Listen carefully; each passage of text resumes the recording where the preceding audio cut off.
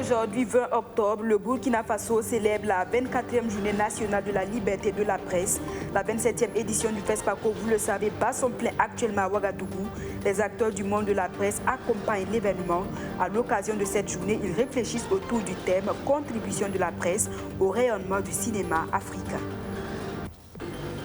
Et puis, nous sommes à moins de 10 jours du 33e tour du Faso. Les préparatifs vont bon train. Les organisateurs l'ont assuré hier au cours d'une conférence de presse. On apprend que le budget estimé à 500 millions de francs CFA pour l'organisation de cette édition est bouclé à 70%. Voilà pour le sommaire. Bienvenue à tous et à toutes. Dans le cadre de la coopération entre le Burkina Faso et le Togo, le président du Faso a effectué hier mardi une visite d'amitié et de travail à Lomé. Sur place, le président Kaboré a trouvé le président libérien George Weah.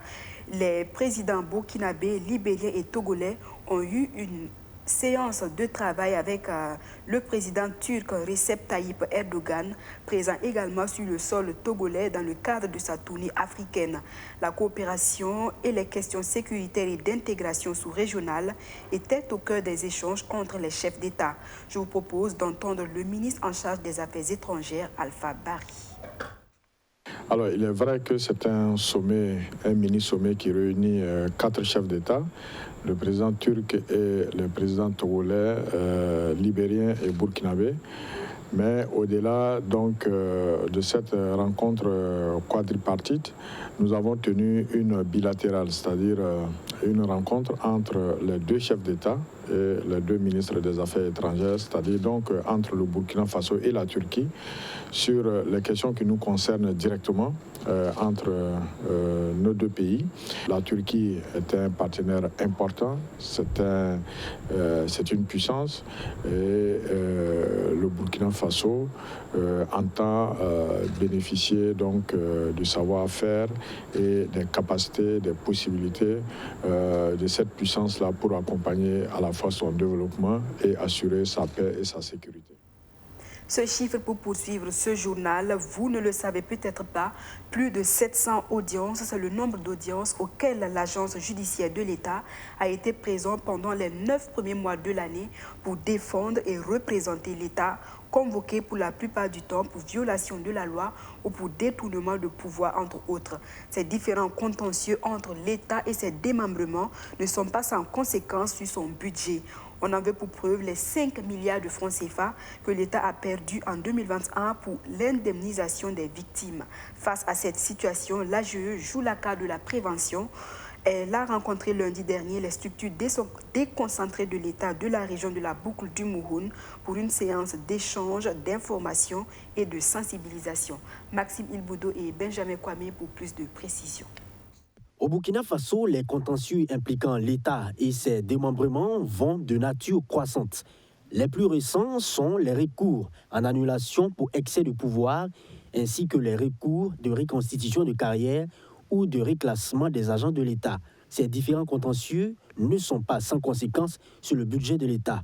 En 2021, c'est plus de 5 milliards de francs CFA que l'État a perdu en termes d'indemnisation sur les 3 premiers trimestres. Pour les 9 premiers mois, l'AGE a eu à être présent à 705 audiences pour défendre et représenter l'État. Donc 356 audiences en ce qui concerne le contentieux judiciaire et 350 audiences en ce qui concerne le contentieux administratif. Vous avez surtout le non-respect de la légalité dans l'appui des actes administratifs, la violation de la loi, le détournement de pouvoir. Vous avez surtout la réticence dans la communication des informations par les administrations. Face à ces difficultés, l'État veut économiser et apporter une réponse idoine avec la mise en place de l'agence judiciaire de l'État, une structure chargée de conseiller et d'assister l'ensemble des agents publics sur la prise de certaines décisions et les conséquences du contentieux sur le budget de l'État.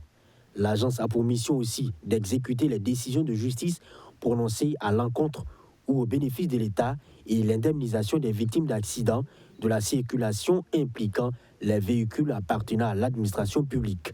Dans la gestion du contentieux de l'État, nous puissions être dans une logique d'abord de prévention à travers justement la concertation et la consultation de notre structure avant la prise d'un certain nombre d'actes juridiques impliquant ou ayant des incidences sur les droits des administrés, mais surtout lorsque le contentieux éclate, que nous puissions être en relation afin que nous puissions obtenir les informations nécessaires pour défendre la position de l'État devant les juridictions. Pour réussir sa mission, l'agence judiciaire de l'État échange avec les structures déconcentrées dans la région de la boucle du Mouhoun. Il est question d'outiller les agents sur les diligences et précautions à prendre dans l'exercice de leurs missions et attributions. L'idée ici est d'améliorer leurs connaissances sur les techniques de prévention du contentieux. Par trimestre, on arrive à faire économiser à l'État burkinabé 1 milliard au titre des prétentions que les requérants demandent et que les juridictions n'accordent pas. Mais si le juge n'est pas en bas pour démontrer qu'on ne peut pas accorder ces prétentions, voilà, parfois le juge passe et accorde. Grâce à l'AJE, l'État a remporté plus de 70% des procès, ce qui lui a permis d'engranger près de 5 milliards 345 millions de francs CFA, soit 80% du budget prévisionnel. Place à présent à la page FESPACO de ce 13h, une page que nous ouvrons avec la fenêtre des écoles FESPACO. Cette initiative de l'ISIS, lancée en 2008, vise à mettre en relation les écoles africaines de cinéma et favoriser du même coup leur intégration. Ce cadre de partage d'expériences offre donc des rencontres professionnelles sous forme de conférences, d'ateliers et de masterclass. Une dizaine de pays participent à ce rendez-vous dont l'ouverture est intervenu lundi dernier à Ouagadougou, témoin de l'événement Justin Amonto. Nous sommes à l'ouverture de l'édition 2021 de la fenêtre des écoles FESPACO. Ici, à l'Institut supérieur de l'image et du son audio-école ISIS SE, le traditionnel cadre d'échange d'expériences entre élèves et responsables d'institutions d'enseignement du cinéma est ouvert. Nous sommes résolument engagés dans ce que nous appelons l'intégration entre les écoles. Et l'ensemble du contenu s'articule, en tout cas dans la mise en commun des visions, dans la mise en commun des réflexions, pour faire de notre cadre de rencontre un cadre régulier et un cadre d'échange franc pour la promotion de l'enseignement du cinéma en Afrique. Expositions, ateliers et projections de films sont au programme. Chaque année, plusieurs pays de la sous-région participent à cette fenêtre des écoles FESPACO. Et ce, depuis 2008. Parmi eux, le Cameroun, la Côte d'Ivoire, le Togo, le Sénégal et le Bénin. Selon le président de la section Afrique du Centre international de liaison des écoles de cinéma et de télévision, SILECT, plusieurs projets sont élaborés pour renforcer cette fenêtre des écoles FESPACO. Nous avons élaboré beaucoup de projets où nos apprenants vont désormais concevoir des projets de films, des documentaires, des fictions. Et par exemple, ceux qui sont étudiants sélectionnés au niveau du Burkina, l'un partira en Côte d'Ivoire, l'autre au Niger, l'autre au Bénin, l'autre en Égypte, pour aller réaliser à côté d'autres étudiants des films. Un rapport des travaux de cette fenêtre des écoles FESPACO est prévu pour être édité en 600 exemplaires, afin de laisser des traces des rencontres professionnelles pour la postérité. Initiée depuis 2008, la fenêtre des écoles FESPACO est suivie de près par le ministère en charge de la culture. Vous l'aurez remarqué, le FESPACO, c'est aussi un cadre d'échange et de partage d'expériences entre les acteurs du 7e art. Ils ont tenu hier un colloque sur le thème de cette 27e édition de la Biennale du cinéma africain. Selon ces professionnels, pour relever les défis et donner un nouveau visage au cinéma africain, les conférenciers ont insisté sur 3 points, notamment la formation, l'élargissement du champ d'apprentissage et les questions de financement. Voilà donc les conditions à réunir selon les professionnels pour mettre l'industrie cinématographique africaine, pour permettre à l'industrie cinématographique africaine de briller de mille feux. Benjamin Kwame. Il faut créer le dialogue, multiplier les rencontres et mettre un point d'honneur sur la pédagogie pour créer une saine émulation du cinéma africain. mais cela doit aussi passer par la diaspora. Les panélistes exposent donc aux cinéphiles venus de plusieurs pays pour assister à la 27e édition du FESPACO de nouveaux mécanismes et de nouvelles approches pour mieux exporter le 7e art africain dans le monde. Ici, ils préconisent la synergie d'action, le professionnalisme de tous les acteurs du domaine et surtout insister sur la pédagogie du cinéma africain. La transmission du savoir. Si on est en Afrique, on est chez nous, et on parle de cinéma africain, ou de cinéma africain, et nous, on n'enseigne même pas ce cinéma. On prend des films étrangers pour illustrer les techniques filmiques. Je prends le cadrage, ou bien encore jeu d'acteur. On prend peut-être un exemple, c'est Chaplin pour expliquer ça. Mais on peut prendre Babonga, et puis on l'explique jeu d'acteur. Je prends tellement d'exemples. Et ça, il faut que dans les écoles de formation, déjà qu'on commence à enseigner notre cinéma. L'autre difficulté qu'il faut nécessairement penser à relever concerne la qualité des productions pour les rendre compétitifs et vendables. Le défi d'une production de qualité, le cinéma c'est de l'art, mais le cinéma c'est du business. De telle sorte qu'on puisse créer une industrie cinématographique locale à même de financer le cinéma. C'est que souvent on ne s'en rend pas compte quand on regarde les films américains, mais il y a on sent vraiment la culture américaine. C'est un véhicule de la culture américaine qu'on consomme. En dépit de tous ces défis, il est à noter que le cinéma africain connaît une mutation. De plus en plus, il est apprécié au-delà du continent africain. Dans la pratique et la conception des productions cinématographiques, il y a une nette amélioration, d'où leur célébration en cette 27e édition du FESPACO. Le cinéma africain, il est en phase de mutation, moi je dis à un croisement, à un carrefour, avec l'ère du numérique. Donc on a des changements dans la pratique, on a des changements dans la façon de penser le cinéma, que ce soit en Nouvelle-Zélande, aux États-Unis, au Brésil, le cinéma africain ou les cinémas africains sont consommés et puis appréciés. Le 7e art est très évolutif. Il faut continuer à mobiliser toutes les ressources, lance Boukari Sawadogo. Sachez également que les échanges ont tourné autour du thème cinéma d'Afrique et de la diaspora. Nouveaux regards, nouveaux défis. Le défi de l'archivage des œuvres cinématographiques produites par des Africains, lui, est relevé par la Cinémathèque africaine de Ouagadougou.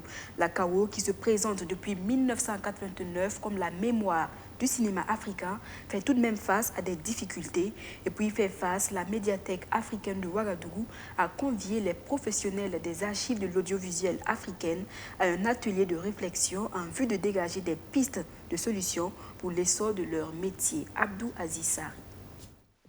Créée en 1989 grâce à la volonté des cinéastes africains et au soutien de l'État burkinabé, la Cinémathèque africaine de Ouagadougou a pour mission de conserver des films réalisés par des Africains ou en Afrique avant, pendant et après la colonisation. Elle est constituée d'un patrimoine riche et varié, composé de disquettes et des documents en lien avec le scénario. Des efforts sont faits pour la gestion de ce riche patrimoine. Cependant, la CAO reste confrontée à de nombreuses difficultés liées à la conservation des films stockés, à l'inventaire des collections et à la valorisation de la mémoire cinématographique, entre autres. En initiant cet atelier d'échange entre professionnels des archives audiovisuelles africaines, les responsables de la CAO veulent définir de meilleures stratégies et techniques de gestion des archives cinématographiques et audiovisuelles africaines. Vous savez que les cinémathèques sont rares dans de nombreux pays, pas forcément au Burkina Faso, sur le continent africain, partout dans le monde. Les questions d'archivage sont encore très difficiles, où l'existence des cinémathèques. Et le Burkina Faso est très fier de pouvoir abriter cette cinémathèque-là, qui, sous la direction de l'Institut du FESPACO, essaie vraiment d'un travail d'arrache-pied pour son existence. Et le lancement de cet atelier-là, c'est tout un processus que nous voulons lancer. Question de pouvoir réveiller notre cinémathèque qui était moribonde. Question de pouvoir aussi reconnecter la cinémathèque africaine de Ouagadougou avec toutes les cinémathèques du monde, parce que c'est ce brassage des cinémathèques-là qui permet les échanges de copies, qui permet la réalisation des activités. Au-delà des partages d'expériences, il s'agit également, au cours de cette rencontre, d'élaborer un plan de formation adapté pour les gestionnaires des archives audiovisuelles africaines. Nos attentes sont multiples, mais la première des attentes, c'est qu'au sortir de cet atelier, tous les participants, et particulièrement la Cinémathèque africaine de Ouagadougou, puissent se constituer un grand bloc pour pouvoir archiver, pour pouvoir avoir un archivage conséquent pour l'avenir des films et tout ce qui est production cinématographique pour notre pays. Cette rencontre est initiée en partenariat avec la Fédération internationale des archives du film et le Centre national du cinéma et de l'image animée de France. On en vient au grand format de ce 13h. Ils sont en amont de tous les films. Ce sont les premiers employés recrutés par l'industrie cinématographique pour tout projet filmique. Mais le métier de scénariste rencontre de plus en plus de difficultés. Manque de reconnaissance du milieu du cinéma, piètre rémunération, précarité. Conséquence, il y a de moins en moins de scénaristes et les rares qui existent encore se tournent vers la production ou la réalisation pour éviter d'être au chômage. Les Okourou et Arsène Konditombe sont allés à la rencontre de quelques scénaristes burkinabés. Emmanuel Sadon est scénariste. Son métier, c'est d'écrire des histoires qui seront par la suite des films. À son actif, des centaines de scénarios écrits et des relectures de plusieurs centaines d'autres. Un scénariste, c'est la première personne qui est embauchée par l'industrie cinématographique. Les scénaristes sont les premiers qui sont embauchés et les premiers certainement aussi qui sont les premiers envoyés. Une fois qu'ils ont écrit le scénario, ils le remettent à un producteur et ils quittent la production. C'est d'ailleurs pourquoi on n'est pas très connus. Des profils comme celui d'Emmanuel Sadon sont rares dans le cinéma burkinabé et tendent même à disparaître. Les scénaristes sont les parents pauvres du milieu du cinéma, négligés par l'industrie du film, mal rémunérés et recevant très peu de reconnaissance. Une culture reçue de l'école française. Et c'est la méthode française. Jean-Luc Godard dit que le réalisateur peut écrire son scénario dans une table de café, sur du papier de café. C'est pour dire que le scénariste n'était pas important. Le cinéma burkinabé, longtemps vu comme un des porte-drapeaux du cinéma africain, est aujourd'hui méconnaissable. Certains pays sont passés devant lui. Les productions nationales peinent à s'imposer, aussi bien au plan national qu'international. Le dernier étalon de Yenenga, remporté par un Burkinabé, date de 1997. 24 années de disette, qui s'explique en partie par la place réservée aux scénaristes. Moi, je crois que la Côte d'Ivoire, le Sénégal et même le Cameroun ont beaucoup de scénaristes. Ils respectent beaucoup de scénaristes dans ce pays-là, plus que nous. Aujourd'hui, vous voyez les films hollywoodiens, non hollywoodiens, ils sont bons à cause de la scénarisation. Les gens ont été formés à Londres, partout, à New York. Les scénaristes sont les plus importants. Les scénaristes font la fondation du bâtiment. Le scénario, c'est la fondation. Si le scénario n'est pas bien, vous allez construire une maison qui va s'effondrer par la suite. Le métier n'attire plus de nos jours. Les rares scénaristes existants sont passés à autre chose. Noraogo Sawadogo est scénariste à la base. Il est maintenant producteur. Une corde de plus à son arc, car le métier de scénariste ne nourrit plus vraiment son homme. Je veux dire que quelque part, si tu viens dans ce métier pour avoir beaucoup d'argent, tu finiras par être producteur. Parce que ce métier a pour principe que vous fabriquez des choses, mais vous n'en êtes pas toujours ceux qui en bénéficient le plus possible. Vous voyez, la plupart des scénaristes, quand ils se présentent, ils ne sont jamais scénaristes, point. Moi-même, au début, je me présentais scénariste, point. Maintenant, je suis devenu scénariste-producteur. D'autres, et beaucoup, finissent par aller à la réalisation. En plus de la précarité au niveau de la rémunération, le métier de scénariste est fait de frustration. Le premier niveau, c'est lorsque tu écris ton scénario, c'est que tu as mis au monde un bébé. Et lorsque tu vois à la fin ce qu'on a fait de ton bébé, qui est souvent aux antipodes de ce que tu pensais que ça va être, il y a forcément un sentiment de frustration. Le deuxième niveau de frustration, c'est au niveau de la médiatisation du film. Vous allez voir, la plupart du temps, le réalisateur, le producteur vont dire « c'est mon film ». Alors que le film, à la base, il y a quelqu'un qui l'a imaginé du début jusqu'à la fin. Ce sont en partie ces frustrations qui ont aussi poussé Boubacar Diallo à la réalisation. Comme Nouraogo Sawadogo, il est aussi scénariste de formation. Moi, je rêvais de proposer du cinéma de divertissement, essentiellement. Je ne trouvais pas des gens qui voulaient prendre mes scénarios, qui étaient intéressés par ma façon de vouloir faire du cinéma, que par la force des choses, et encouragés par les uns et les autres. J'ai cité Idrissa Ouedraogo. ou d'autres personnes, je me suis laissé tenter par l'aventure. Boubacar Diallo est l'auteur de plusieurs films à succès, dont Code Phoenix, premier prix Cinépop au Festival Vue d'Afrique à Montréal au Canada en 2006. On peut également compter à son actif Cœur de Lion, prix de l'Union européenne au FESPACO 2009 et son tout dernier, Les Trois Lascars, en compétition au FESPACO 2021. Des succès qu'il doit à sa double casquette, scénariste, réalisateur. C'est vrai que ça m'aide d'être scénariste, d'écrire mes propres histoires, parce que depuis l'écriture, en fait, j'écris et je réalise dans ma tête. Je tiens compte de la réalisation, je sais comment je vais le faire, ce qui fait que souvent mes scénarios, si vous les regardez, ils ne sont pas aussi épais que certains, simplement parce qu'en termes de didascalie, de description, je ne m'étale pas, je sais que sur le tournage, sur le décor, je vais m'adapter au décor réel qu'on va trouver. Je ne perds pas du temps, entre guillemets, à décrire un décor imaginaire. De scénariste à réalisateur ou producteur, il n'y a qu'un pas à faire et nombreux sont ceux qui l'ont fait avec succès. Mais pour Emmanuel Sanon, il y a de quoi désespérer, car le cinéma burkinabé aura toujours un goût d'inachevé sans la plume des scénaristes. Elle est la productrice des célèbres séries Maîtresse d'un homme marié, Karma ou encore Impact, des séries que vous avez certainement suivies sur votre petit écran. Marodi Productions, cette maison de production sénégalaise est au MICA, le marché international de la télévision et du cinéma africain. Son ambition, présenter davantage ses œuvres qui séduisent près de 4 millions de personnes à travers le monde. Justin Amontou. Le FESPACO, c'est aussi MICA, marché international de la télévision et du cinéma africain. Ici, Marodi Productions bat son plein, avec à l'affiche plusieurs de ses réalisations.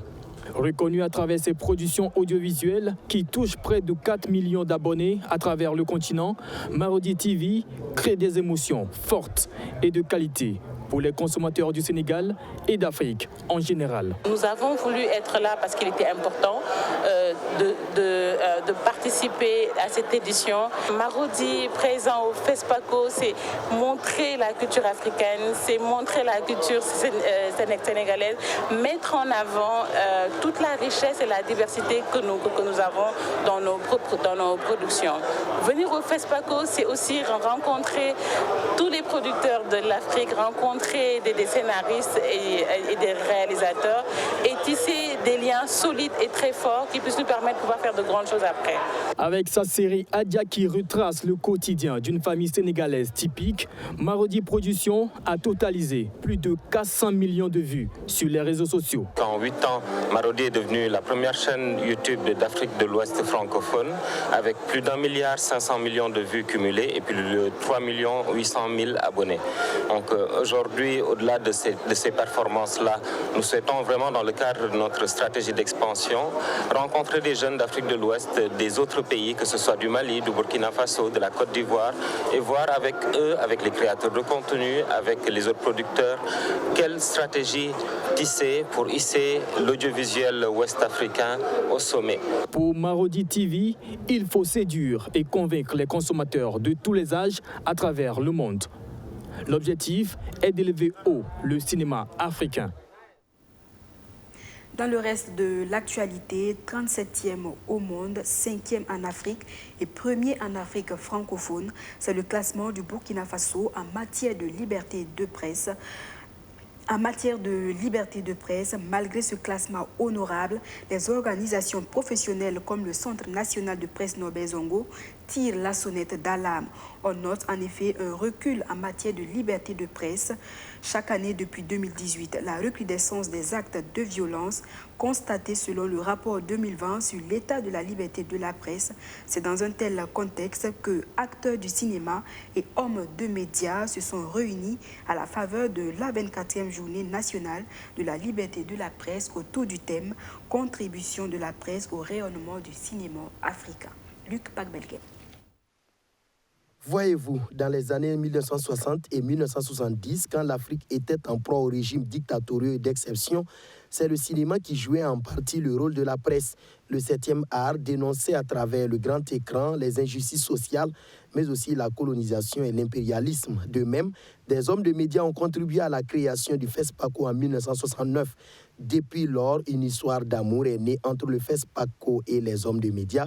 Un amour qui dure depuis 50 ans et à la faveur de la 24e journée nationale de la liberté de la presse, un panel réunit hommes de médias et hommes de cinéma autour du thème « Contribution des médias dans le rayonnement du cinéma africain ». Vous avez près de 500 titres de médias à Ouaga. Et je ne parle pas des réseaux sociaux. Si vous ajoutez 500 réseaux sociaux, ça fait 1000. Combien coûte une page de pub lorsque vous voulez écrire au Washington Post ou à RFI, qui chante tous les matins le Burkina et qui dit du Burkina en bien? Pourquoi? Parce que c'est un pays courage. Pourquoi? Parce que c'est un pays de la résilience. Pourquoi? Parce qu'on peut être contre tout, mais on ne peut pas être contre le consensus qui se dégage autour du FESPACO. Malgré la contribution précieuse des médias pour le cinéma africain, la situation n'est guère reluisante pour les médias burkinabés.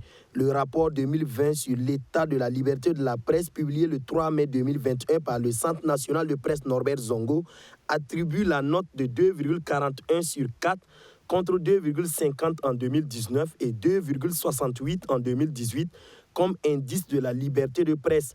Le rapport explique la baisse de l'indice de la liberté de la presse en 2020 par la recrudescence des actes de violation de la liberté de presse, faisant occuper la 37e position par le Burkina Faso sur 180 pays, selon le classement mondial 2021 de la liberté de la presse par Reporters sans frontières. Nous avons profité de ce débat-là pour aussi dénoncer quand même les dispositions liberticides qui empêchent les hommes et femmes de médias de faire le travail, surtout en matière d'infraction que le législateur a trouvé pour la couverture des événements liés aux attaques terroristes.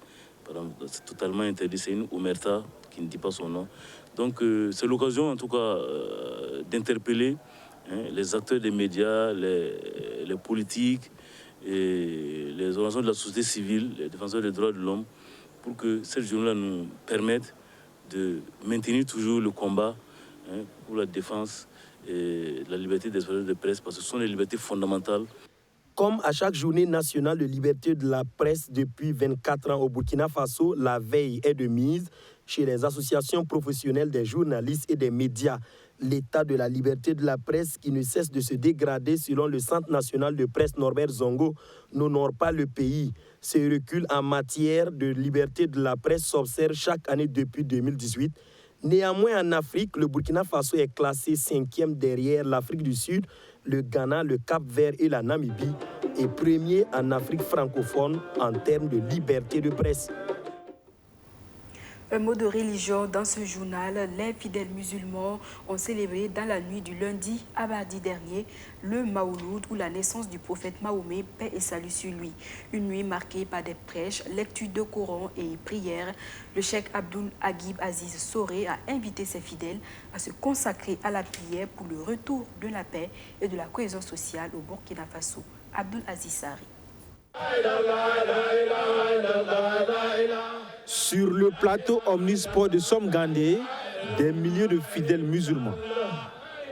Munis d'un chapelet chacun, ils implorent la clémence divine aux côtés de leur guide religieux, Cheikh Abdul Aziz Agib Sori.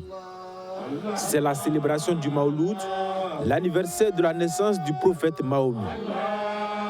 Tous les vœux faits ici sont exaucés selon le guide religieux, mais à condition que le cœur de celui qui les formule soit pur. Même un non-croyant, lorsqu'il est pieux, Dieu exauce ses vœux.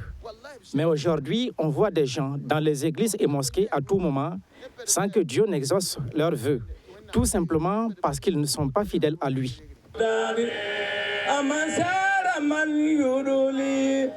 Cette célébration intervient dans un contexte marqué par la montée en puissance des groupes extrémistes. C'est pourquoi le cheikh invite les Burkinabés à l'union condition sine qua non d'une lutte réussie contre le terrorisme. Tant que ça pas gardaba, solution ton nambao, tu pas gardaba, tu gardaba panare. Wallahi, patron yi tenga na pamla fait solution. Si nous ne sommes pas unis, il n'y aura pas de stabilité dans notre pays. Il faut qu'on soit soudés entre nous, comme le prophète le recommande.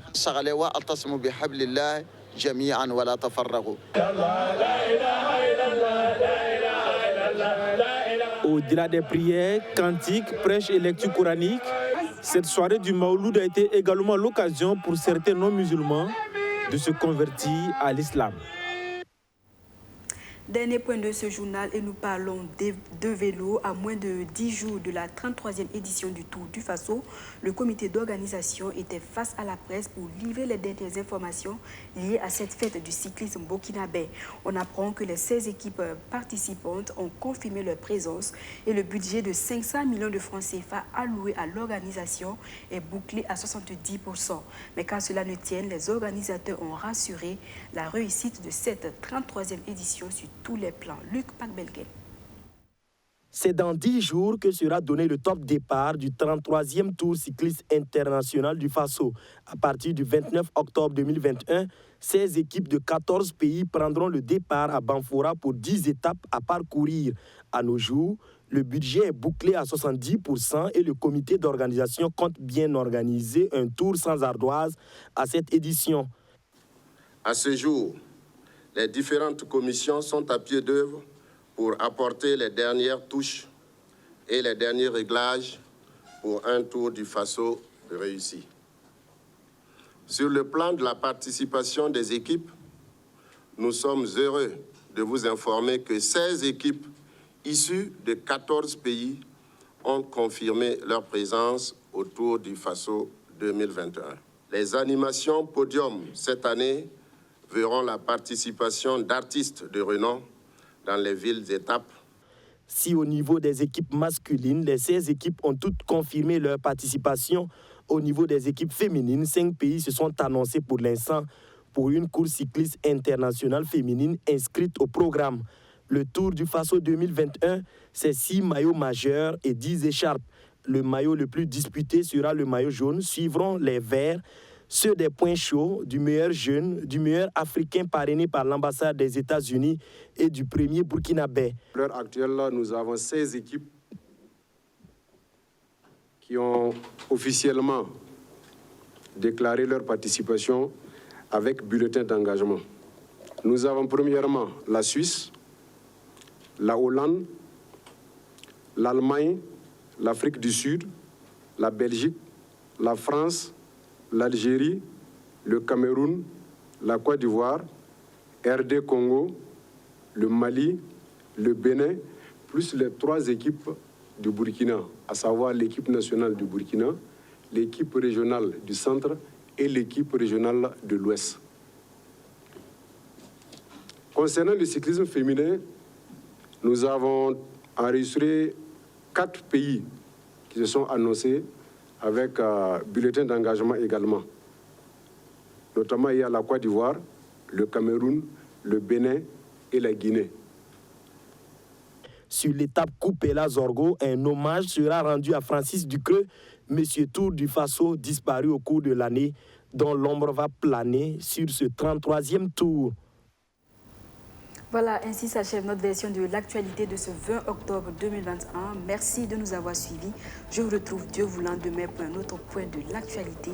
Excellente suite de programme sur la chaîne Au cœur de nos défis.